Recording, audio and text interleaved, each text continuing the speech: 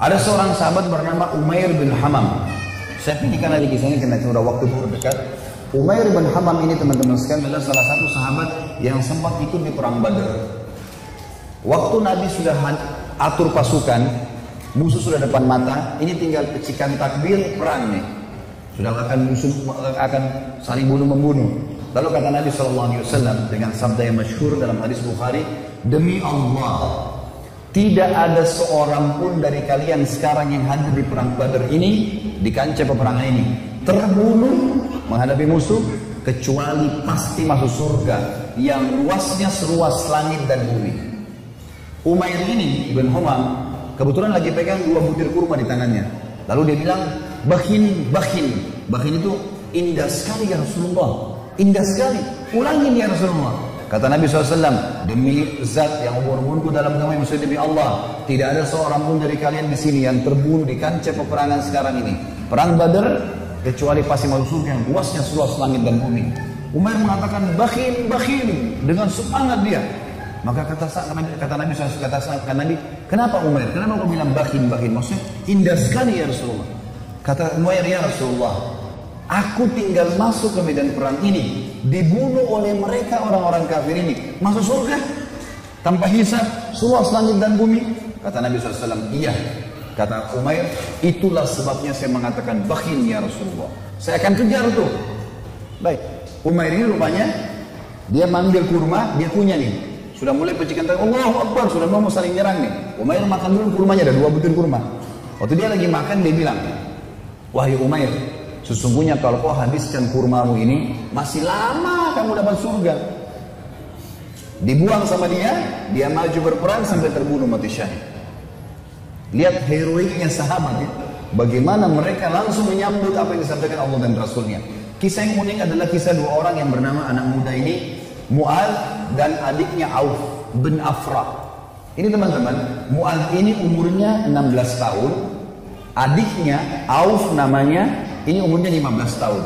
Ini masih belasan tahun ini. Bandingkan dengan generasi muda Islam sekarang. Azan aja belum tentu ke masjid gitu. Ini teman-teman sekalian ikut di perang Badar. Waktu ikut di perang Badar, Abdurrahman bin Auf menceritakan kepada kita, mengatakan, waktu saya lagi lihat peperangan sudah akan berkecamuk nih, udah mulai mau berperang musuh, tiba-tiba ada satu orang anak muda 16 tahun namanya Mu'adz berkata kepada saya, kepada Abdurrahman bin Auf, paman, mana Abu Jahal? Kata Abdurrahman, kenapa kau tanya Abu Jahal? Kata Mu'adz, saya dengar dia orang yang paling suka menyakiti Nabi SAW di Mekah. Benar? Kata Abdurrahman, iya benar. Terus untuk apa kau tanya? Saya mau bunuh paman. Ini Abu Jahal ini saya mau bunuh. Kata Abdurrahman, baiklah. Kalau saya lihat nanti, saya akan beritahukan kau dia. Karena ini peperangan orang-orang lagi berkecamuk nih, kita belum tahu. Nanti kalau kelihatan saya lihat. Maka si Mu'adz nunggu di sebelah. Datang adiknya namanya Auf. Tanpa janjian nih, adiknya dia, umurnya 15 tahun. Datang sebelah tanya yang sama, paman, mana namanya Abu Jahal? Kata Abdurrahman, kenapa kau tanya? Saya dengar dia paling suka menyiksa Nabi SAW di Mekah. Benar? Benar. Untuk apa kau tanya? Saya mau bunuh paman. Kata Abdurrahman, baiklah, kalau saya lihat saya akan tunjukkan. Kata Abdurrahman, sementara 2 di kiri kanan saya ini sudah ada gemuruh-gemuruh suara orang sedang mau perang. Tiba-tiba Abu Jahal dari kejauhan kelihatan. Abu Jahal itu dari kepalanya sampai kakinya, kudanya juga sampai kakinya semuanya besi. Yang kelihatan cuma matanya saja. Dia dulu di atas kuda, dikelilingi oleh 10 baris pasukan. Lingkar. Nggak bisa ditembus ini. Bayangkan kalau satu orang berdiri, ada orang buat lingkaran pertama, lingkaran kedua, sampai 10 lingkaran. Gimana caranya menembus nih? Kata Abdurrahman, waktu saya lihat, saya bilang, itu Abu Jahal. Waktu saya bilang, itu Abu Jahal, kata Abdurrahman, demi Allah, si Mu'adz sama Auf seperti 2 anak panah yang melesit ya, dilepas dari busurnya. Lari dua-duanya, menembus 10 baris itu. Tebas sana, tebas sini, naik di atas pundaknya, sampai ke Abu Jahal. Dan dua-duanya menebasin pedangnya sampai kena ke pahanya Abu Jahal. Sobek pahanya Abu Jahal, berdarah, jatuh dari kuda gitu kan. Abu Jahal ini rajanya mereka ya, rajanya orang-orang Mekah waktu itu. Dan kalau ini kalah, ini mati, berbubar semua di pasukan.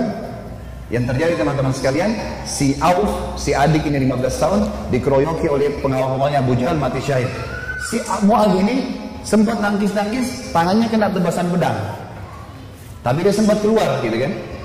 Dia keluar dari medan perang, 16 tahun teman-teman sekalian. Diambil imamahnya, diikat tangannya sama dia. Yang sobek itu, diikat sama dia. Dia masuk melawan satu tangan. Waktu dia lagi perang, dia rasa tangannya ini mengganggu dia. Kesakitan kan?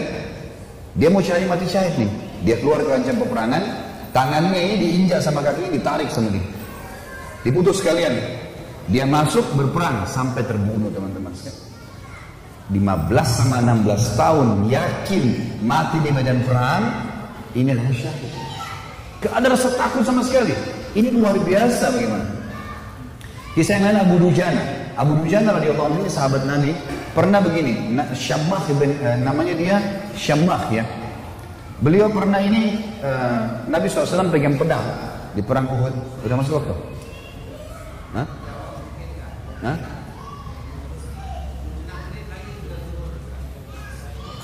Terus? Maksudnya mau pertanyaan? Butuh tanya jawab atau materi nih? Nah? Kalau saya sih lebih fokus ke materi ya. Lanjut saja ya. Iya, lebih baik kalau antum pulang bawa ilmunya mungkin lebih bermanfaat daripada ada pertanyaan. Insya Allah kalau ada waktu nih, kalau enggak ini. Baiklah, Syammah bin Harith ini radhiyallahu anhu, beliau pernah teman-teman sekalian Nabi SAW menusukkan pedang di perang Uhud, lalu beliau berkata, siapa yang mau memberikan haknya Allah dan Rasul di pedang ini? Maka Hamzah berdiri mengatakan, saya Rasulullah. Nabi SAW tarik, gak dikasih sama dia. Kemudian Nabi bilang lagi, siapa yang akan memberikan haknya Allah dan Rasul di pedang ini? Ali bin Abi Thalib berdiri, mau pegang. Nabi SAW tarik. Hamzah dan Ali ini terkenal pejuang kesatria Islam yang kuat gitu kan. Nabi nggak kasih. Nabi ulangi lagi yang ketiga, siapa yang memberikan haknya Allah dan Rasul di pedang ini? Maka berdiri lagi teman-teman sekalian, sahabat Nabi yang ketiga, yang sangat terkenal juga adalah Miqdad. Miqdad ini terkenal, Umar bin Khattab jadikan dia seperti kekuatan 1000 orang. Saya Rasulullah, Nabi SAW tarik, gak dikasih. Nabi ulangi yang keempat kali, siapa yang memberikan hak dan Rasul di pedang ini? Maka Abu Dujana ini, Syammah ini berdiri mengatakannya, Rasulullah, apa haknya Allah dan Rasul di pedang itu? Maka kata Nabi SAW, engkau mengambilnya dan engkau menghantamkan ke musuhmu, pakai perang ini sampai pedang ini bengkok. Kata Syammah, baik Rasulullah, saya akan berikan haknya, kasih ke saya pedang itu. Maka Nabi SAW pun memberikan pedang itu, karena Nabi SAW ingin sahabat ini bertanya dulu apa haknya Allah Rasul di pedang itu. Maka diambil oleh Abu Dujana. Lalu Abu Dujana ini memegang pedangnya, lalu imamahnya tadinya warna merah, warna hitam, diganti warna merah sama dia. Zaman itu kalau pakai imamah merah berarti mau mati gitu. Dipakai warna merah sama dia, pedang itu dipakai, dipegang di dadanya sambil dia mengayun-ayunkan pedang itu di hadapan musuh orang Quraisy di perang Uhud ya. Belum perang ini. Lalu Nabi SAW lihat, Nabi mengatakan, sungguh perilakunya Syammah ini dibenci oleh Allah. Tidak disuka sama Allah nih, perilaku sombong. Kecuali di posisi seperti ini, kecuali di medan perang, boleh kalian tunjukkan keterampilan kalian depan musuh. Tapi kalau enggak, ya nilainya Allah marah. Maka Abu Dujana pun akhirnya memegang pedang tersebut teman-teman sekalian. Yang terjadi adalah ada seorang sahabat namanya Ka'ab radhiyallahu anhu. Ka'ab ini berkata, waktu saya lihat Abu Dujana sudah mulai masuk menyerang musuh di medan perang, saya penasaran bagaimana Abu Dujana memberikan haknya Allah dan Rasul di pedang itu. Saya pun melihat ada satu orang kafir yang sangat kuat menyerang orang-orang Islam, tebas sana, tebas sini, badannya kekar. Maka saya berdoa kepada Allah di kancah peperangan. Ka'ab berdoa, semoga orang kafir ini ketemu dengan Abu Dujana. Ternyata Allah kabulkan doa saya, dia bilang. Tiba-tiba Abu Dujana ini berhadapan sama musuh orang kafir itu. Dan waktu berhadapan, mereka akhirnya duel berdua. Dan saking serunya duelan Abu Dujana dengan orang kafir ini, sampai orang-orang di kancah peperangan berhenti perang menyaksikan duelnya mereka, karena luar biasa. Orang kafir berhenti, orang muslim berhenti menyaksikan bagaimana Abu Dujana perang. Sampai akhirnya Abu Dujana ditebas sama orang tersebut dengan pedang dengan sangat kuat, ditangkis sama perisai, sampai perisai itu terbelah dua dan pedangnya orang kafir melengket.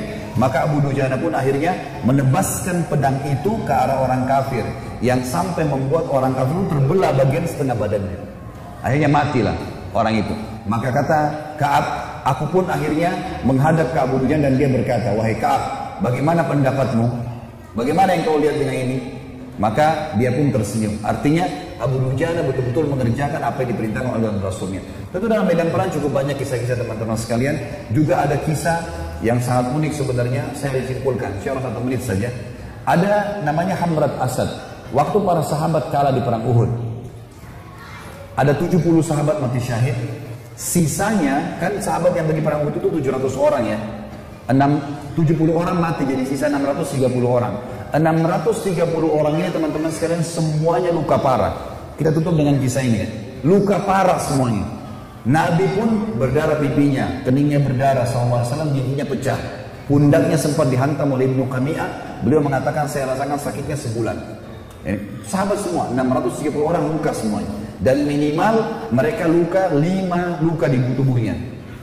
Di dalam kisah ini dikatakan teman-teman sekalian, pulanglah mereka ke Madinah di perang Uhud. Sedih, sahabat banyak yang kalah. Waktu itu karena awal peperangan menang, pulang ke Madinah. Waktu masuk di Madinah, tiba waktu maghrib. Sahabat-sahabat ini 600 orang banyak tidak bisa ke masjid. Gak bisa. Ada 2 anak muda umur 14 tahun sama 15 tahun. Apa 15 sama 16 tahun. Tapi bukan si Auf tadi, orang lainnya. Ini anak muda ini saking banyaknya luka di badannya sampai ditaruh di atas kuda, lalu diturunkan, dimasukkan di dalam rumah, ibunya tinggal rawat, nggak bisa bergerak apa-apa lagi. Sholat pun dalam kondisi isyarat mata, udah sakit semua nih, gitu kan? Baik, habis sholat subuh teman-teman, turun perintah Allah. Ini 1 hari setelah perang Uhud. Ada perang namanya Hamrat Asad, nama lokasi. Hamrat Asad ini nama lokasi. Asad artinya singa. Hamrat ini wilayah warna merah karena gunungnya banyak warna merah. Perintah Allah kepada Nabi Muhammad SAW, perintahkan semua sahabat Muhammad Muhammad yang ikut di Uhud kemarin, 630 orang yang luka itu, semuanya keluar lagi, kejar lagi itu orang-orang Quraisy. Pasukan kalah ya, luka semua. Maka tersebar berita, pemanggil-pemanggil Nabi, hai sahabat-sahabat Nabi yang kemarin ikut Uhud, bukan orang baru, yang luka-luka parah, semuanya oleh Nabi disuruh ngejar menuju ke Hamrat Asad, kejar Quraisy. Maka sahabat-sahabat banyak, diantaranya Usaid bin Khudair, ada yang lagi nempel daun untuk mengeringkan lukanya, dicabut sama dia. Sami'na wa ata'na, kami patuh dan tenang. Dicabut semua luka-luka mereka yang tempel-tempelan, mereka pergi sambil ngalir darah. Ada 2 orang anak muda 15 sama 16 tahun. Ini di sini di riwayat tidak disebutkan namanya, yang tertidur di atas ranjang, ibunya ngerawat, sholat pun dengan isyarat mata. Waktu dengar orang teriak, wahai yang hadir kemarin di Uhud, semuanya tidak terkecuali telah turun perintah Allah kepada Rasulnya Muhammad SAW untuk mengejar Quraisy. Tidak satu orang pun boleh tinggal di Madinah. Luka parah. Maka adik kakak ini bersebelahan tidurnya. Kakaknya bilang, wahai adikku, tidak mungkin kita tinggal di atas ranjang begini, sementara panggilan Rasulullah ada 16 dan 15 tahun itu. Maka kata adiknya, bagaimana caranya kak? Kita nggak bisa bergerak nih. Apa kata kakaknya? Demi Allah, saya akan seret kamu sekali, kamu seret saya sekali, sampai kita menjawab panggilan Allah dan Rasulnya. Luar biasa. Saya waktu baca kisahnya sampai netes air mata teman-teman sekalian. Luar biasa. Dan akhirnya mereka seret-seretan sampai tiba di depan Nabi SAW. Ada yang berdarah, ada yang ini. Terutama 2 anak muda ini naik di atas kuda sambil diseret jalan. Waktu mereka diseret semua pada nangis lihat. Ini luar biasa orang ini. Dan akhirnya sahabatnya semuanya pergi ke sana. Pas Quraisy dengar 630 pasukan yang kemarin kalah, tidak ada orang baru yang datang, bukan tenaga baru cuma yang kemarin, mau berperang, Quraisy tidak berani kembali. Mereka takut, ini jangan sampai luar biasa nih, kok bisa sampai luka parah mau kembali gitu. Maka mereka tidak berani kembali dan tersebar berita kalau setelah kekalahan di Uhud, 1 hari setelahnya di Hamrat Asad, muslimin memenangkan peperangan. Dan ini mengobati luka-luka mereka. Tapi saksi bahasan teman-teman bagaimana mereka luar biasanya dalam mempertahankan agama ini. Allahu a'lam. Tentu